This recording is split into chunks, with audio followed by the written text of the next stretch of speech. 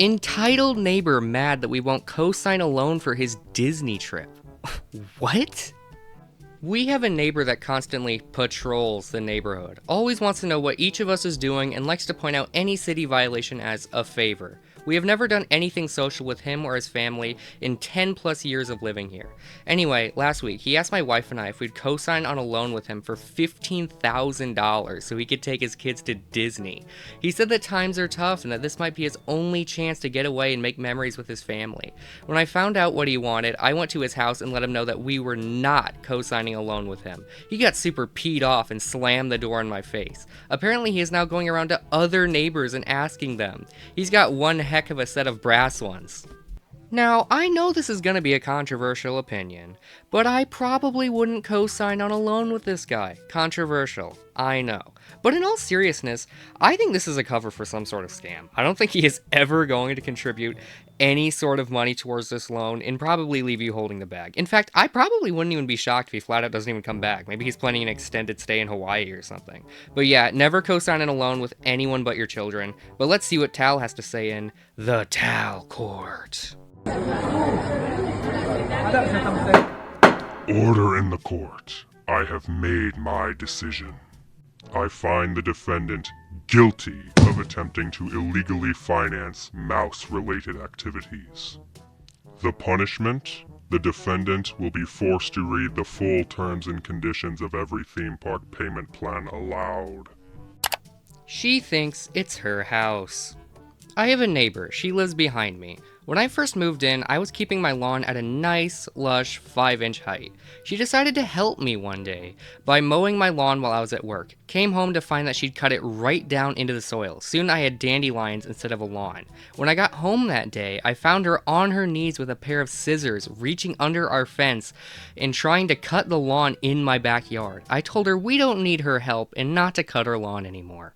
Next, we spend a ton of money and labor installing a new beautiful fence around our back and side yard. The fence posts were all painted black and my husband was very proud of his work. Soon discovered that the neighbor has taken it upon herself to use her gas weed trimmer on the boulevard in front of our house and is chewing up our brand new fence posts. I go over to her house, politely thank her for helping us, but remind her that we'd prefer to look after our lawn ourselves. She starts yelling in my face that everyone in the neighborhood hates me and that everyone hates my garden. I tell her that I'm not there to trade insults, I just want her to stay out of my space. I overhear her telling a new neighbor that I don't look after my yard. I see her at my place of work and she glares at me. General bad vibes, but whatever. Last week, I returned home from a trip to find someone had left a bunch of broken shelving on the boulevard in front of my house. This happens sometimes in this town. The shelving is all about 6 feet high, there are 3 pieces, they are upright and spread out across the boulevard. I look at them and see that they are all quite rotten and not in great shape. I decide to put them all into a pile, laying down, and then call the town to pick them up to be discarded. I go back inside and suddenly hear the shelving being moved around. I go back outside and see the shelves are once again upright and spread across the boulevard. I start putting them back into a pile. The neighbor comes storming out of her house, screaming at me to leave the shelves the way she wants them. Keep in mind, this is in front of my house. I tell her no. I tell her to calm down, that I am calling the town. She calls me a pathetic B-word, screaming all the while. I continue piling the furniture. She screams her way back into the house. I go back inside and hear both her and her husband screaming and yelling. I'm considering calling the police non-emergency line to file a complaint. I've been here for 6 years, so it's not the worst case scenario, but it's definitely unsettling and seems to be getting worse. To be clear, we have always left these people alone. We work hard and our garden is well cared for. So obviously I stand with the poster here.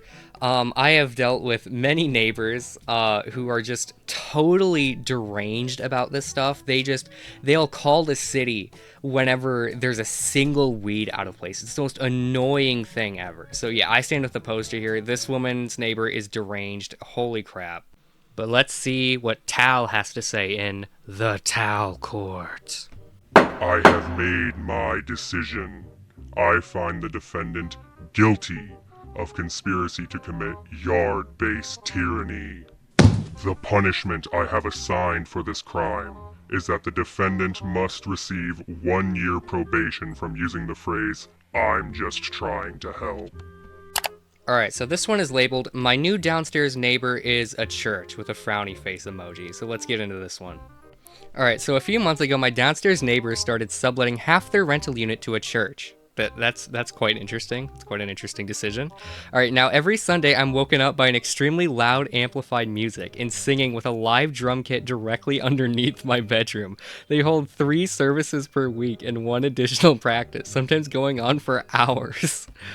The volume of their music shakes the floor of my bedroom and it can be heard loudly in every room of the apartment, and it absolutely disturbs my right into peaceful enjoyment of my living space.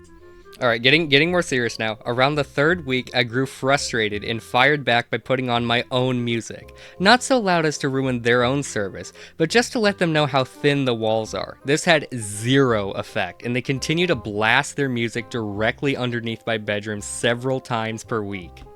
Over the last month or so, it's escalated to the point where I set up my own PA system and started fighting fire with fire. If it's okay for them to play music at that volume, then it's okay for me to do the same. I've grown frustrated to the point where I'm almost ready to put down the speakers to the floor and simply drown them out with our PA system and make it impossible for them to hold services here. I don't see any kind of compromise solution working here. They will not soundproof the unit as they are clearly broke. They won't simply get rid of the drums or turn the volume down. The reason they are subletting this unit is specifically so they can play their loud music without disturbing their own neighbors.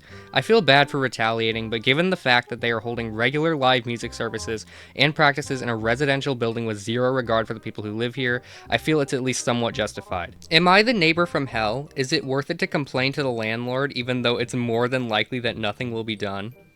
Alright, I'll get into my opinion, but there is this absolutely stellar comment I need to show you guys.